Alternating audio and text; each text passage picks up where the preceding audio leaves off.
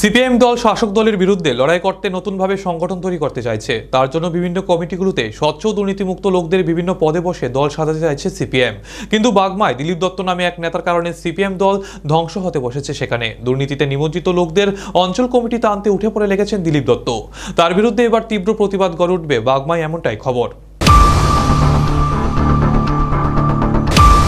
BJP ক্ষমতায় আসার পর বিরোধী সিপিএমের শক্তি খর্ব করতে বিভিন্ন ধরনের কৌশল অবলম্বন করা হয়। এর মধ্যে বেআইনি জায়গায় গড়ে ওঠা সিপিএমের অফিসগুলি ভেঙে গুড়িয়ে দেওয়ার বিষয়টি অন্যতম।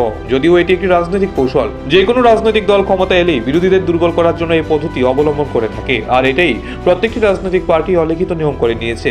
তাই বিজেপি আইপিএফটি 18 সালে প্রথমবার ক্ষমতায় আসার পর গোটা রাজ্যে বিভিন্ন জায়গায় বেশ কিছু সিপিএমের দলীয় অফিস ভেঙে দেওয়া হয়েছে কংগ্রেসের পার্টি অফিসও। পাশাপাশি বিভিন্ন এলাকায় বিজেপি সমর্থকদের দাপটে সিপিএম এর বহু দলীয় অফিস খোলার সামর্থ্য এখনো হয়নি দলীয় কর্মীদের। এরকম বহু অফিস এখনো বন্ধ পড়ে রয়েছে। এই পরিস্থিতিতে 18 পর রাজ্যে হাতে গোনা যে কয়েকটি এলাকায় সিপিএম নিজেদের সংগঠন ধরে রাখতে পেরেছিল, তার অন্যতম অঞ্চলটি হলো বাগমা।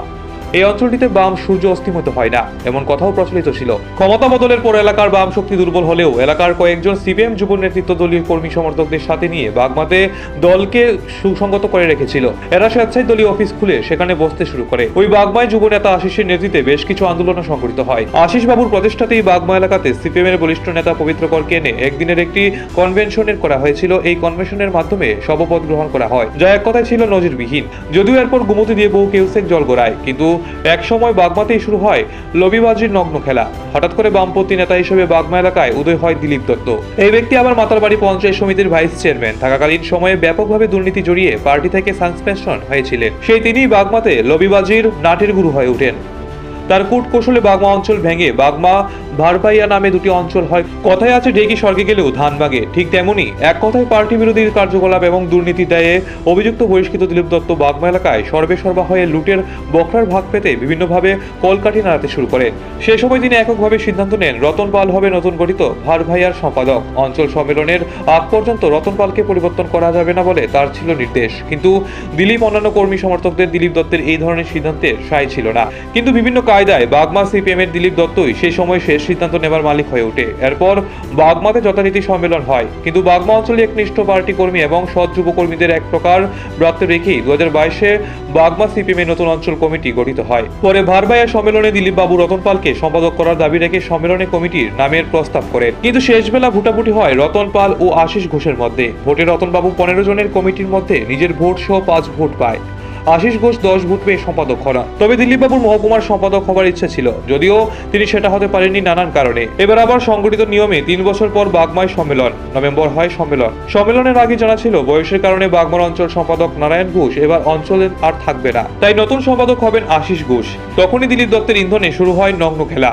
টোপ দেয়া এবার মহকুমার নীতি নির্ধারক কমিটিতে যাবে আশিস। শর্ত একটাই, গত সম্মেলনে যারা দিলীপ বাবুর বিরুদ্ধাচরণ করেছিলেন তাদের তালিকা তৈরি করে তাদের ছাঁটাই করতে হবে। এ বিষয়ে বিদায়ী সম্পাদক নারায়ণবাবু চুপ, কেননা তিনি পারিবারিক নানা সমস্যায় জর্জরিত।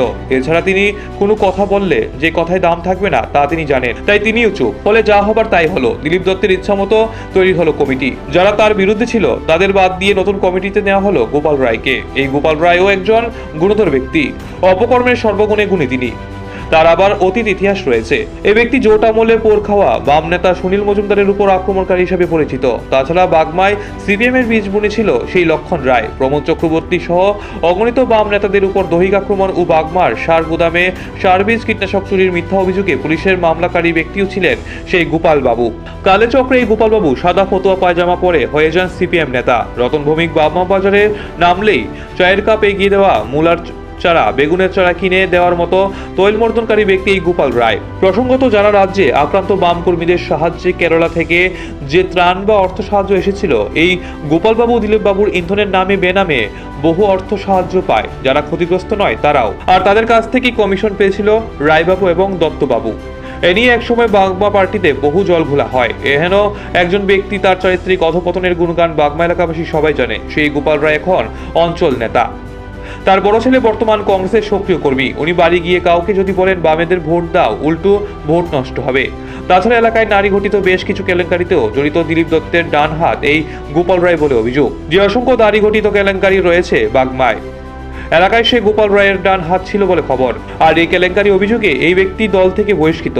এই ব্যক্তি এখন বিজেপিতে। এই এলাকায় বহু পরিবারের জমি কারচুপি করে নিজের নাম করে নিয়েছে গোপাল রায়, এমন অভিযোগ। তার কারণে বড়লোক এলাকা ছাড়া হয়েছে। আর তাকেই দিলীপ দত্ত নেতা হিসেবে অঞ্চল নিয়ে এসেছেন। তাছাড়া দিলীপ দত্তের আরো কিছু সাঙ্গপঙ্গ রয়েছে। এদের একজন ধীরেন্দ্রবাবু, যিনি বাগমা এলাকায় দুষ্টের শিরোমণি বলে পরিচিত। তার মতোই আরেকজন শান্তি দাস, সে এলাকার এক রত্ন বলে পরিচিত। এই ব্যক্তির স্ত্রীর অভিযোগে মূলে শান্তিবাবু দল থেকে এতদিন ধরে বহিষ্কৃত। কিন্তু দিলীপ দত্তের লম্বা হাত বা শান্তি দাসের উপরে। তাকে আবার অঞ্চল কমিটিতে ঢুকিয়ে নেতা করার পরিকল্পনা করছেন দিলীপ দত্ত। তাছাড়া দিলীপ দত্ত অঞ্চল কমিটিতে নারী সদস্য হিসাবে যাদের নাম বাছাই করেছে তাদের মূল্যায়নে ওরা জিরো। শুধু জি হুজুর করে তৈল মর্দন করতে জানে তারা। ওরা অঞ্চল কমিটির সভ্যদের চক্ষু কমিটির ছিরি মাহির।